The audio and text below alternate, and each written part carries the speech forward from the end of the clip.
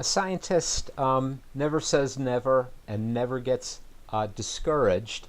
So, continuing in that vein, determined to create some sort of a story map that shows what's available and the story of migratory raptors, and perhaps to extend that story a little bit into what should be available and what could be more information about raptors. I would like to show two other things that I found on the internet after a significant amount of searching.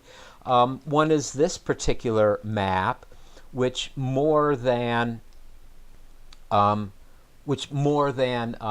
breaking the United States into 4 segments, does indicate the principal routes, overall routes by which migratory birds travel across the United States. And it's clear that there is actually a significant number of birds using a flyway that goes up along the coast and then uses the Great Lakes and the Hudson Bay area as a route, as well as another group that uses the coast all the way up. On the whole, though, this map is good, but it does seem to it doesn't show us a great deal of specificity. So we're going to set this one aside for a minute and look at this map, which is also which is a much nicer and more detailed look at what people believe the flyways are. And this is actually a raptor, a map of raptor migration routes, and it does show a significantly more detailed and precise look at the travels of raptors, and goes ahead and indicates some specific localities where people are actually observing, making observations of raptors that are flying over and visualized, and only some of them, because I don't think that Braddock's Bay is actually on this particular map.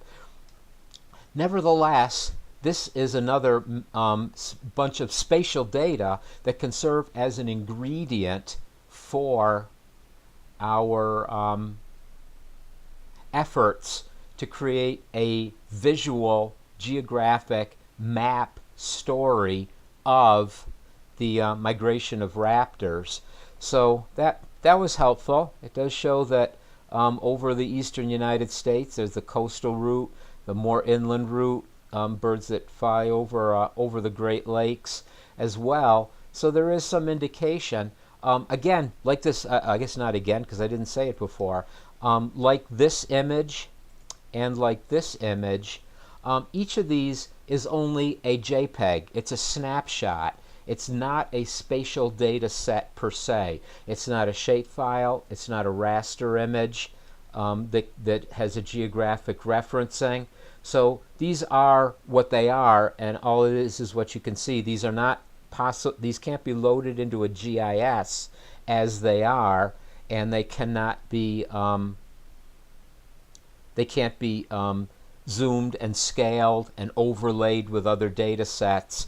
So whilst there's information in these, and there is a geographic reference, the outline of North and South America, this isn't really usable spatial data. It could be. I'll get to that in a bit.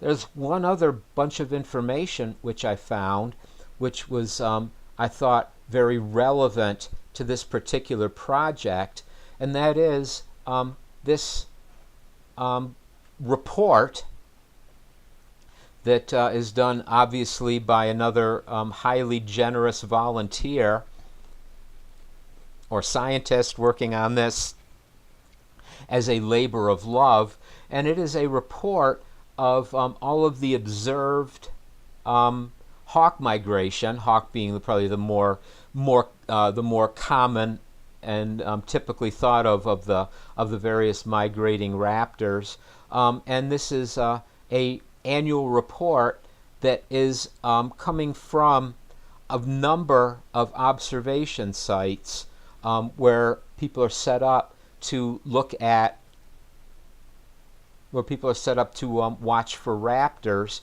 And there's obviously a number of places. A famous one is Hawk Mountain. That's a very famous. Tussey Mountain is in central Pennsylvania. This is in central or eastern Pennsylvania. And there's a few other places where dedicated observers sit on a platform and watch for raptors to pass by. A, for fun, B, for ecological information, etc. And this data is compiled in a large number of tables, but one thing that I never was able to locate or actually find is actually using this data and actually georeferencing this data. And I think it would be very interesting to do a geographic representation, because each of these observation sites is a place. There's a location for it, and we could create a map of all of these locations and all of these bird counts and observations over a period of time. And there's a lot of statistics about ups and downs in the migration, different species, by species, by total number of birds, etc. But there's nothing geographic. There's really no accounting for where any of this occurred. So a third source of information is this flyway report, which is all of the major observation sites. And I noticed that Braddock's Bay is not actually amongst this official collection of hawkwatch sites, which I found interesting as well. So that's kind of a third ingredient in this particular map story. And so my recommendation, just giving an idea both for the student who's interested in this and for anybody else who would like to join in this perhaps and do a collaborative, because this is a slightly tougher story map than something, there could be a very straightforward one with a data set that's ready to go. What I would suggest for this particular effort, and I'm very happy to help with this now that I'm emotionally committed, would be to first capture this image, georeference it, and then that's possible because we have all of these state boundaries which can serve as tie points. Essentially, georeferencing is the process by which one would take an image such as this and match point for point from this image to a map document, a map environment that is with known coordinates. So I would load a map of the United States and state boundaries into GIS with known coordinates with georeferencing, and then I would snap as many points as possible onto that and create this map as a georeferenced map so that it can be loaded into GIS and superimposed over a base map of the world to show the various locations.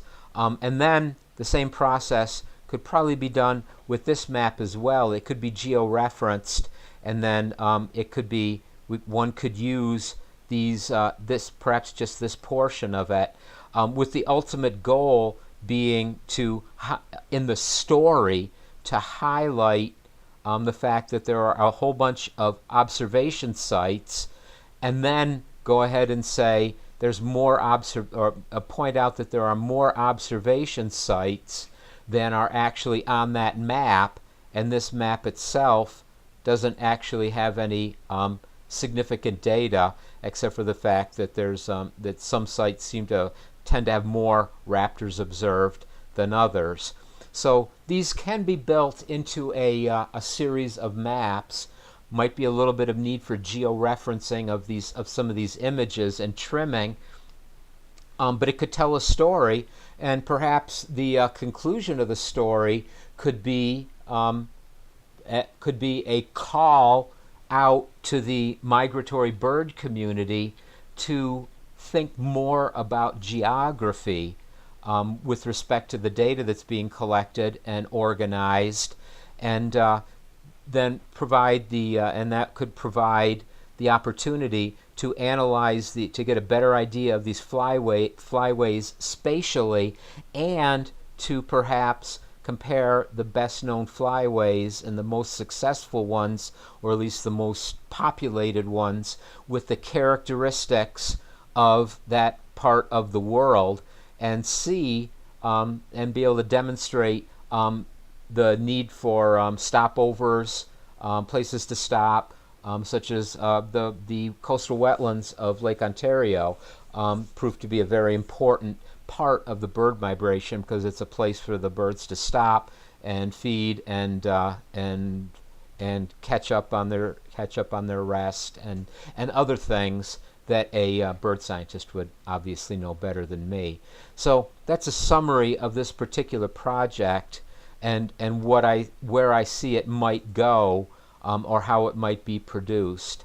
And there are a couple of technical issues in this that I would be glad to explain, to both do and explain as this proceeds. And again, there's room for more than one person to be involved.